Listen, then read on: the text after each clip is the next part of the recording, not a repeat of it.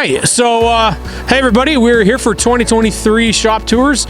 We've gone all the way out to London, Ontario. We took a pretty big journey out here, but you know, there's a team that goes out and dominates in the bone stock division at Delaware Speedway. They've been around. They got 6+ cars each year, and we struck up a friendship with Kris Lawrence last year, and we decided to make the trip out to BT Racing. So what you're going to see today is our interview with him and a little bit of his shop.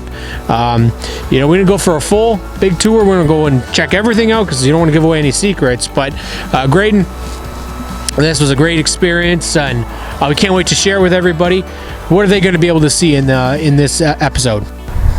We're going to talk to Kris about what it takes to build one of these cars, let alone maintaining an entire fleet of cars. We're going to talk about paint schemes, trophies, what it costs to run these cars, and just kind of give you a taste of what it takes to compete in bone stocks, especially here at Delaware Speedway. It's true. I mean, that's one of the things that we really want to showcase is all different levels of motorsport. Start right at the primary division, I guess you'd say, the entry level in bone stocks. So check out this video. We want to thank BT Racing and Kris Lawrence and all of our partners for making this happen. Keep it tuned in for the entire episode. Lots of fun stuff to go over. We are here with Kris Lawrence, owner of BT Racing. Kris, you've got a ton of cool trophies behind us. Which one's your favorite? For me, my favorite one is the one directly behind me.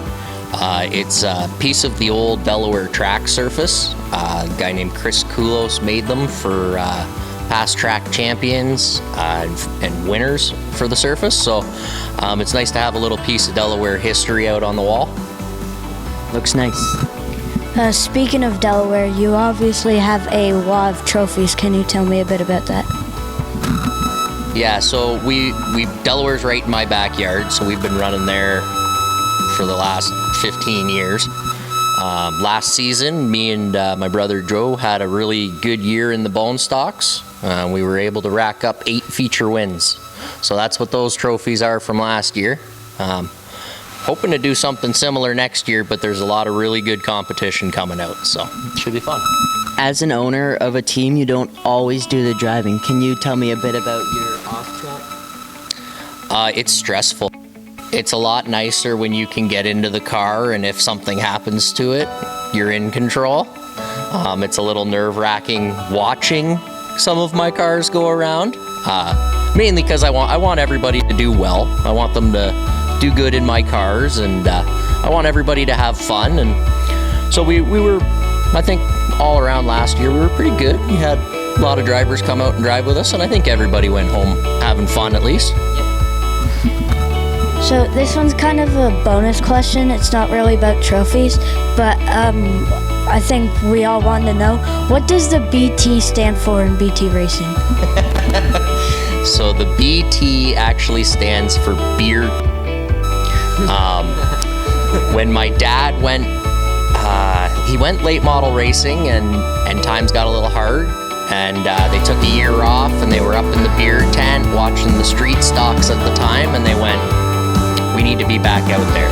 So they pooled some money together and built a car, and it all started in the beer tent. So the motto for them was win or lose, hit the booze. But the joke is, it's all about having fun. We try not to be too serious. Racing's supposed to be a hobby. So yeah, it's beer tent racing because fun first, racing second. That's a pretty cool story.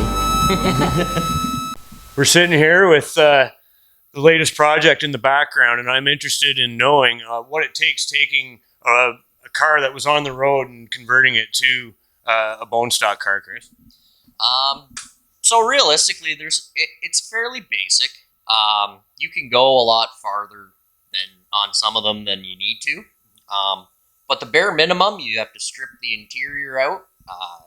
All the glass, any of the plastics, anything flammable has to come out of the car. After that, you get yourself a 4-point cage. I like to go with kit cages. They're all pre-bent. You just order them. There's a universal one. It's pretty close for most cars. Some stuff takes some modification, but a lot of them are fairly straightforward. And then you get that welded in there. your basic safety gear, your seat belts, and then your fire suit and all that stuff. And after that, you're pretty much ready to go. You have to cover the gas tank and some few other safety things just for driving around in circles. But other than that, they're pretty much just like your street car mechanically wise. We don't change much of anything. Doing this like you do and preparing such a fleet, it's got to be handy having those pre-bent cages and that sort of thing to make your fab process at the shop a little easier and make the building process move along. How fast can you crank out one of these cars? 12 hours. 12 hours. I don't recommend it, but I built my enduro car, my old daily driver Sunfire, in 12 hours, and then we went and raced the Flamborough 300 lap enduro with it. I finished 280 something laps and then ran out of talent, hit the wall. But after that, we just put a few more of the safety things to make it a bone stock legal car. It ran the next 3 bone stock races and won at Frostfest.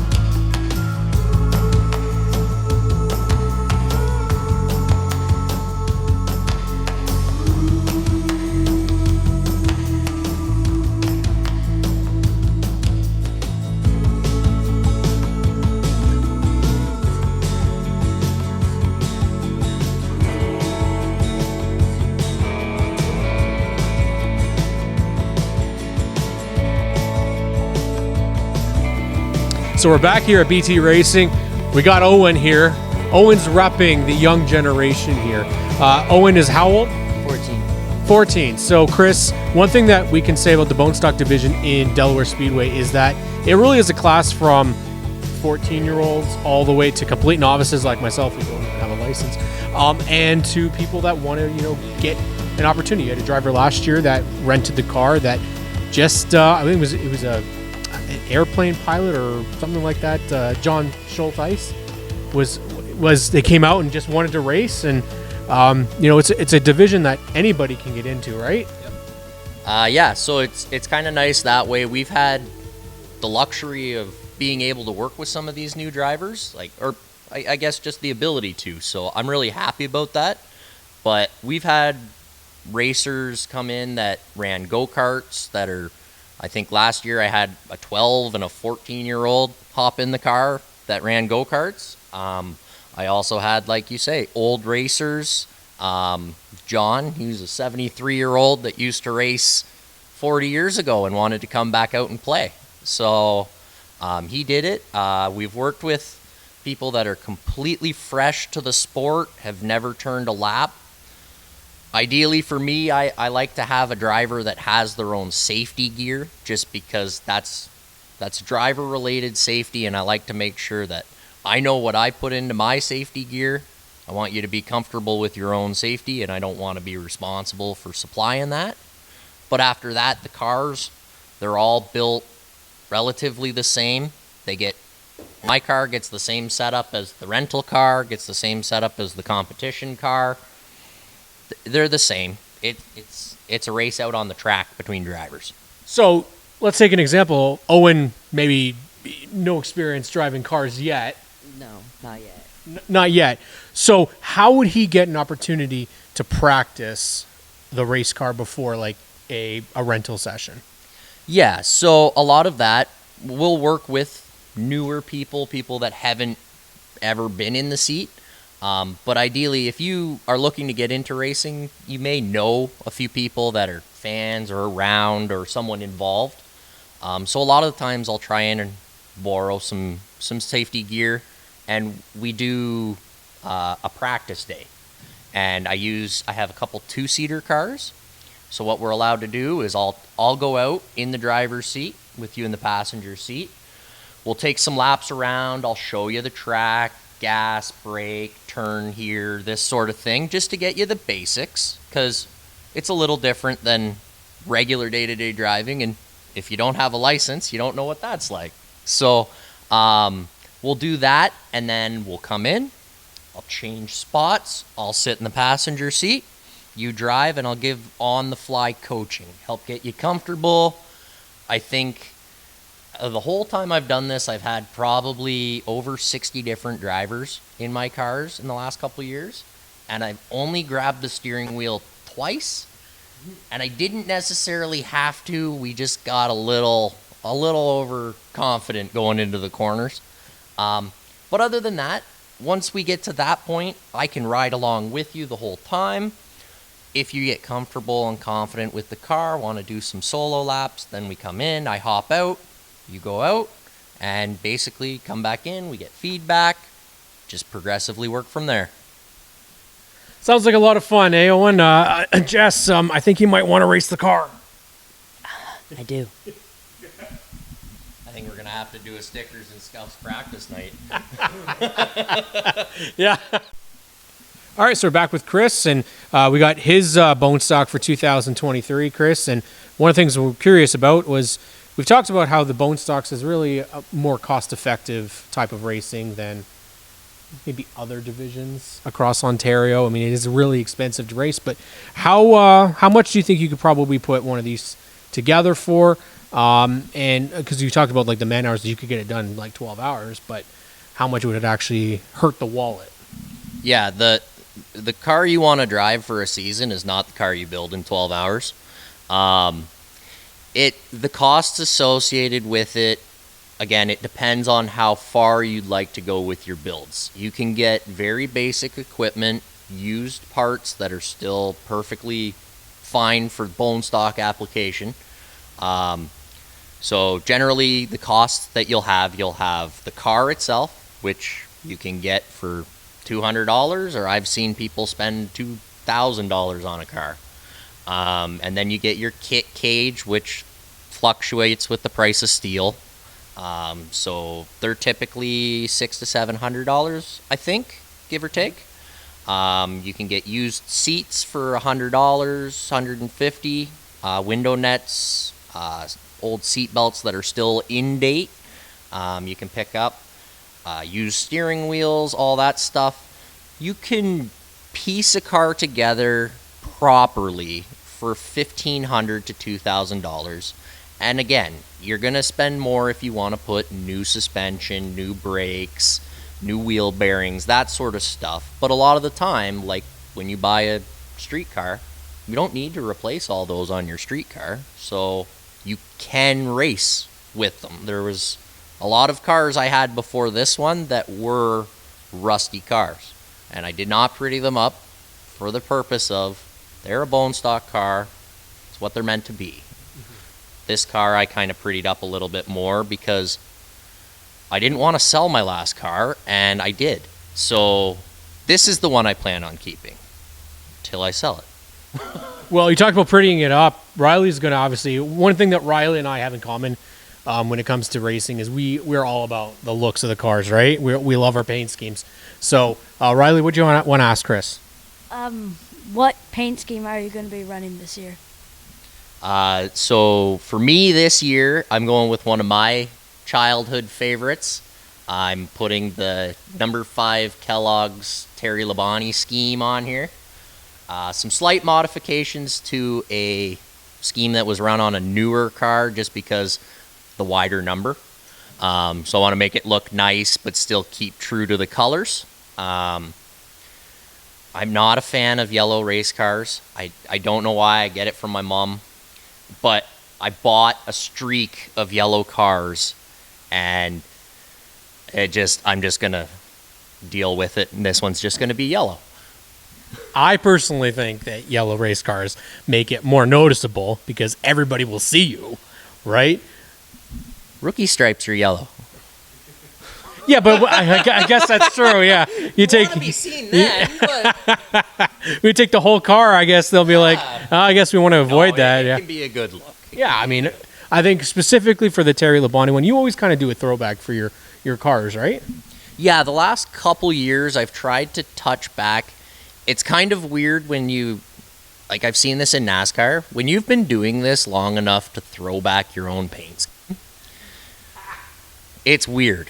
But, so I'm going back to some of my old childhood favorites. I've asked around. We're kind of putting feelers out if the fans or anybody wants to see a particular scheme. Comment on these guys' video. We can get a few cool-looking race cars out there. I got to ask then, Riley, you love a lot of paint schemes. So what's one from the Cup Series, because there's a lot of good ones, from any time that you would like to see Kris do one of the BT racing cars? Really put me on the spot. Just a little bit. Would it be Yeah. Tyler Reddick or a Biffle or... Probably, yeah, Biffle one. Biffle has some pretty Yeah. sharp cars. So a Greg Biffle, man, I guess we might have to do a rendering and see what that looks like. You're the guy for it. I guess. I'm all in. I got the trim clad and the rollers. I can paint them. There we go. And that is what you do you end up actually painting these cars. Yeah, so that was always a running joke we had with our old body guy when we ran the steel-bodied street stocks is he'd scuff it with a brick and paint it with a roller. He never did that. He actually did a really good job of it. Shout out race fan.